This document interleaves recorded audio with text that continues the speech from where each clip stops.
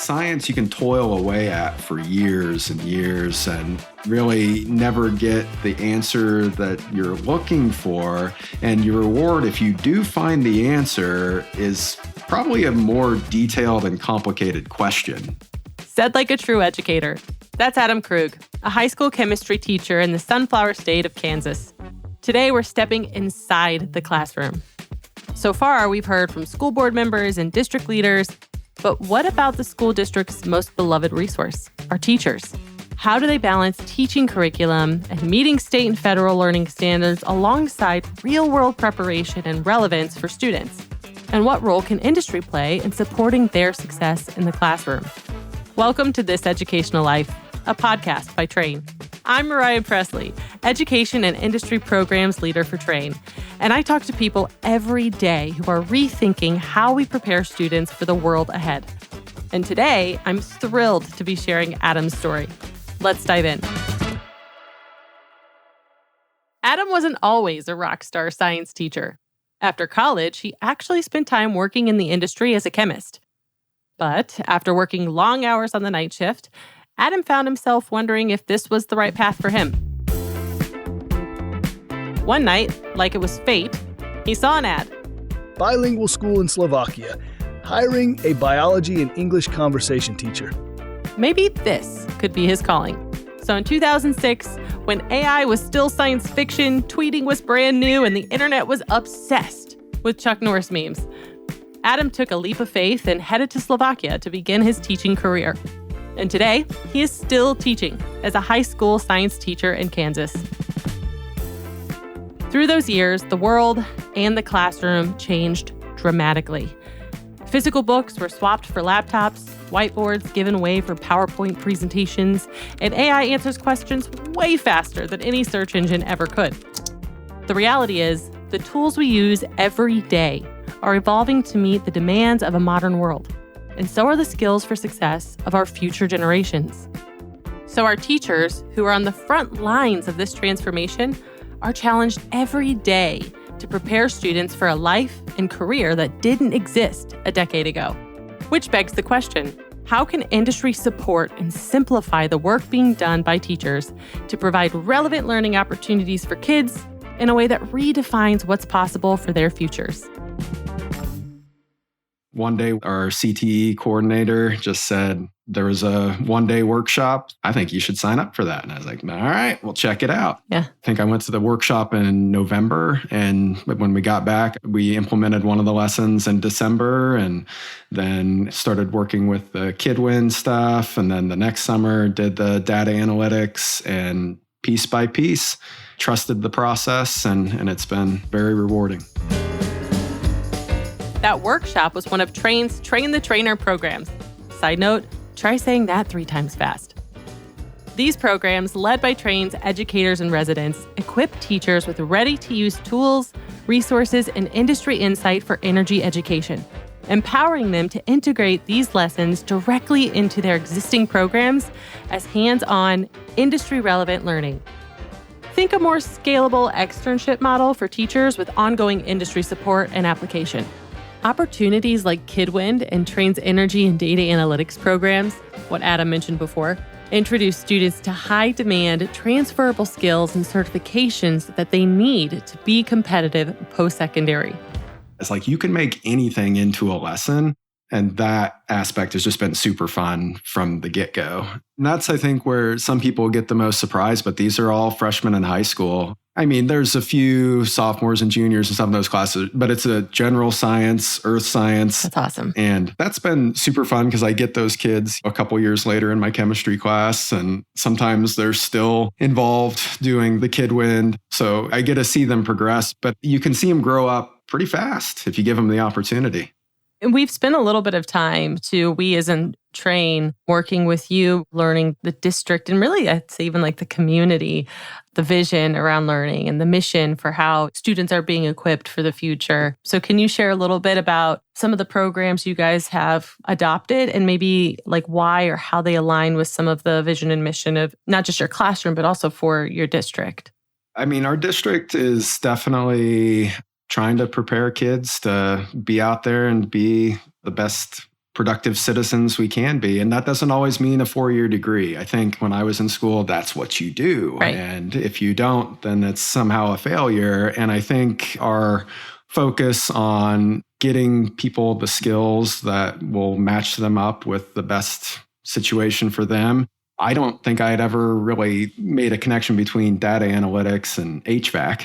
Right. But it makes perfect sense. So I think, honestly, they just want to get in there and do something practical. So the Kidwind, like I mentioned before, just being able to actually collect stuff. And I literally give them 3 or 4 days where they just have free reign. They just figure it out. And then by the end of it, they don't even realize they've collected 100 data points. And what industry can really provide is the relevance piece. Like, this is the world you're growing into, and these are the opportunities. These are the places that are going to sign your paycheck at some point. Yeah. But yeah, I think within the community, we're fairly rural. We draw from several communities in the area. So there's a lot of agriculture there. And that piece is one where people don't think about that all the time as a big amount of data, but it's everywhere. It really is. And I think once they see that, they're like, oh, all that's being generated from my combine and my tractor. And I do show them as part of the analytics lessons where they were diagnosing problems with the tractor while some guy in an office was figuring it out while the guy was plowing in the field. And just to kind of see how it's not just these traditional roles and career paths that they had imagined or the limitations that they thought were in place. Think beyond that. We presented to the local group of industry partners. And so I had my students who went to Washington, D.C., they kind of did their presentation for that group. And so it was really fun to watch them respond to that. And they're just like, oh, this is happening at school? Oh, those are the skills we need. Especially like my wife works in perennial agriculture. So they do a lot of different basic data analysis, but on the scale of thousands and hundreds of thousands of pieces of data. And I was just hanging out with some of the people that she works with, and they're just like, you're teaching your freshmen in high school how to use Tableau? Like, yeah, they can figure it out. There's people that work in finance. They're just kind of like, oh, they can do that. And so you give the kids the tools and they can figure it out. And so, yeah, just seeing like people in all sorts of industries and situations, seeing the relevance of it has kind of helped me to keep plugging along. Why do you think this type of learning, especially coming from where you came from, like why is it so important to students and to the success of a student once they walk out of those doors or graduate and walk across that stage? I mean, that's the goal, right? I think the more that they can see things that are practical, that are going to likely impact their journey and getting them to actually see that. And then they're like, oh, okay, well, maybe I can actually figure out this task. I'd say in my first couple of years teaching chemistry, I would do like, we're going to take this quiz over these 15 elements. And like, how about we just memorize these? And nobody retains that. They would cram for the test, do it and whatever. And so, yeah, we do a lot of labs. We do a lot of activities and they use it so much that you just know it. And I mean, that's how I knew it. Like, I didn't learn all those things. Or, I mean, I did learn them in high school and college, but then I didn't really know them until I did it 20 times. So that piece of it has just continued on. Programs like these aren't just about what happens in the classroom. They're about connecting students to the world beyond school and supporting our educators in their mission. By engaging with real tools and processes used in industry through data analytics, students can take what they've learned, tie it to their passion, and carry the applied skill into the future. As our educator in residence often says, students don't like learning science, they like doing science. Schools like Adam's already have everything they need to make that happen.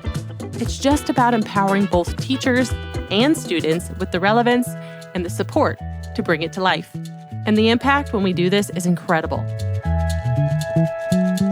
One student who's been involved in a lot of the presentations that we've given He did the data analysis of NASCAR. That's exciting. And basically, I let them do whatever they were interested in. And you could just tell, like, he was super into it. And he's like, oh, this tool can help me to actually show all of these things. And he could tell that story.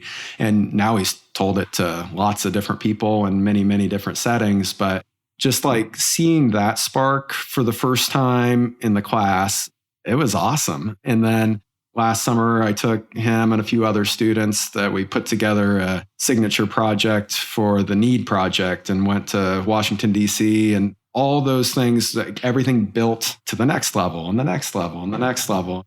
If you don't know what the NEED project is, it stands for National Energy Education Development Project, and they host a national competition that is highly competitive with the goal of recognizing learning and innovation in the area of energy education. I would never think that, oh, this is the natural next step, but every time there's an opportunities, the kids would just rise to that next level, and that's been super, super fun to watch. Yeah, that is exciting. I think I was at that very first presentation you mentioned where some of the students stood up and talked about their project. And just standing in the background, I just remember being floored because not only did they have these really interesting kind of applying the skill of data analytics to whatever their interest was kind of project, but they stood up in front of a room full of industry professionals. And there were probably 40 or 50 people in that room and talked about it with enthusiasm and had their own kind of thoughts and insights around like why it was important and what each piece of data meant. And it was just a really cool thing to see. I was just reading this morning on EdWeek an article about how there are a fair amount of difficulties bringing these kinds of programs into classrooms, especially at the classroom level. And I know that you have probably experienced some of that yourself, but I'm just kind of curious about what that looks like or what kind of challenges that you maybe ran into initially getting started with some of this stuff. Yeah, it's been a process. I know the first time that I did the data analytics, I was nervous. I didn't know any of it. It's one of those things where at that point I had been teaching over 15 years and it's hard to get up in front of people and feel like I'm not an expert at this at all. Yeah. And so I would say that was kind of that first hurdle to clear. But once I got into like day 2 and 3 of it and everything just kind of started working and I could see the engagement level, and once I could see them kind of running with it and taking off, that provided me with the energy that I needed to keep pushing and keep finding some new stuff and opportunities for them. And I think that's like anything new, right? It's always a little, like, especially if you've never seen it before, if it's not your direct experience, that kind of inertia of getting started and just moving forward is always maybe that main barrier, it seems like. So I know that you guys have had a lot of opportunities to travel and share more about your projects. Do you want to just share a little bit more about where you've been recognized for some of the work you're doing and where some of your students have really been showcased for their projects? Yeah, I am not somebody who likes to apply for these sorts of things. And it hasn't been a large part of my teaching career coming up. So that whole part has been new for me, but way more rewarding than I would have ever thought going into it. Because like I mentioned before, they just keep rising to the occasion. So we went to the state capitol to go to their legislative day. Yeah. And took a lot of their different data visualizations. And there was a whole bunch of state legislators and just people in the general public coming through. And the conversations they were having were pretty top notch. So the kids were really getting into it. And that's the thing. Like it was, hey guys, come meet me out front of the school at 4:30 in the morning so we can drive to Topeka. And they were like battling for spots in the Suburban. I was like, I can only fit like 7 kids in there. I don't want to have 3 across in the front. But it was just awesome. So seeing that opportunity, and then it was just kind of a natural thing to just try to put it together for the NEED project. I didn't really quite know what to expect there. And even then, when we got to DC, I was like, guys, this is like a science conference. You are going to have to do some science project in engineering. They're like, oh, what? Nah. But as soon as they got into it, their competitive juices started flowing. And they realized, too, that it was not like just a science and engineering thing. It was, you got to come up with a marketing plan. and they could see all these different skills being brought in. Some of the students that I took for that really didn't get into some of the other projects that we were doing, but they found their spot. They found what really makes them tick and makes their skills really shine. And so that piece has been super, super fun. As we start to wrap up, I'm curious to know why Adam has chosen to invest in this so deeply. What makes a teacher go above and beyond like this? I heard a long time ago that they would always say that the jobs that we're preparing the kids for don't exist yet today. And I think this really hit home for me as I was like, they do need to go out there in the world and figure something out. And I had my own experience, and I'm glad that I had an opportunity to go over to Europe and figure out my own stuff and my own path and all that. But I think just that piece of, stoking that curiosity. Whenever I write a letter of recommendation for a kid, I feel like that's the biggest compliment I can give them is like, they're a curious person. Like they want to figure out something about the world. And that's going to be different for every kid. And so I think that that's really where this project all comes together for me is it just gives those opportunities for each kid to like find their path, or at least one little step along the way. I tell my students a lot about science you can toil away at for years and years and really never get the answer that you're looking for. And your reward, if you do find the answer, is probably a more detailed and complicated question to keep studying. There's no end to it.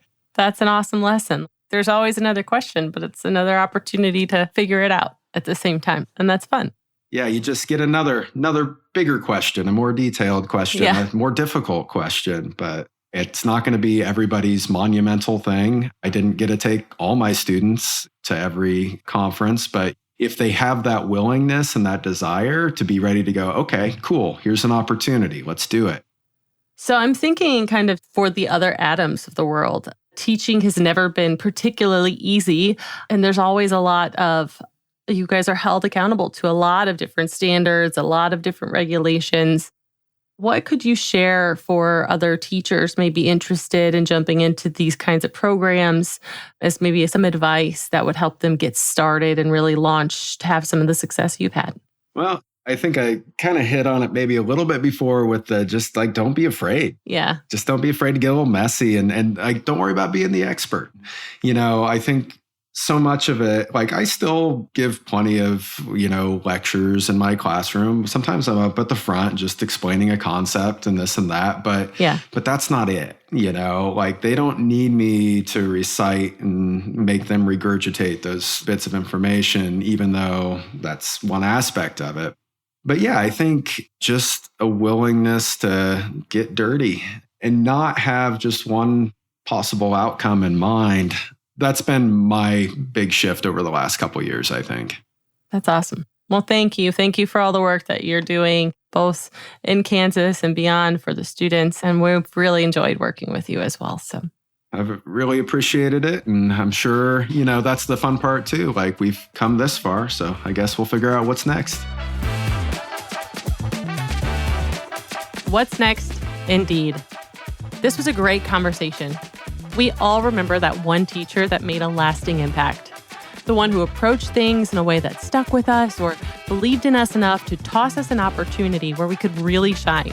This is the impact that Adam has had on his students.